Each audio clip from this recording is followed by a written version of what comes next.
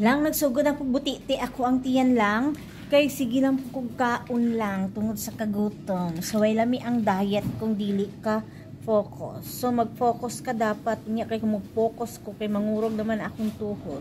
So walay na silbi, wala na silbi ang akong pag-diet lang. So day pag-diet ani lang gikapoy naman in taon ng inyong inahan og diet lang. Kay sige lang kung gigutom. So lami unta lang og magsige ko suroy ng susuroy pero perti po kay inita sa gawas lang. So wala jud ko mahimo sa akong pag-diet kundi mo kaon na lang gid ko no.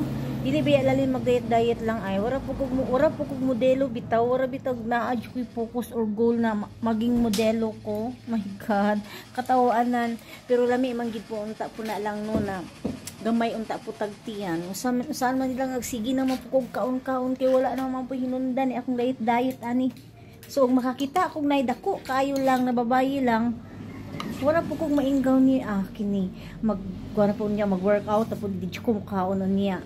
So pag mahago na po ko gigutom na po ang inyong inahan. So usaon ni pag-diet lang no? Di ba mulamoy jud ko?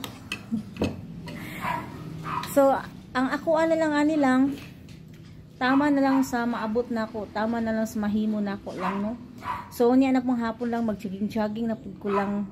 So di pa man ko ka-jogging jud lang kay dali pa man pud ko hangakon lang. So mag-hiking jud ko lang. Mag-hiking kog layo kaayo, padulong sa ubos ug padulong sa taas. Tanawon nato kung mahimo ba nako. Kay usahay idamay na lang nako akong anak, ubanon na lang nako para nakoy kauban. So akong anak mahimo pong exercise, mahimo pud siyang jogging. Mahimo niya pod na mapariha siya iyang inahan.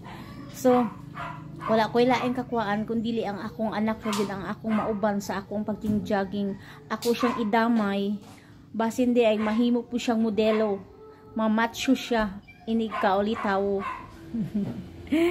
Joke bitaw na mga langga. Bitaw mga langga. Gusto jud ko kanunay na igi sa akong baba mga langga. Wa nagidgoy kasi unsaon kasayuran. So ang ako na lang aslong na wala ko gakaog rice, gakaon na lang kog mga dili rice. So babay na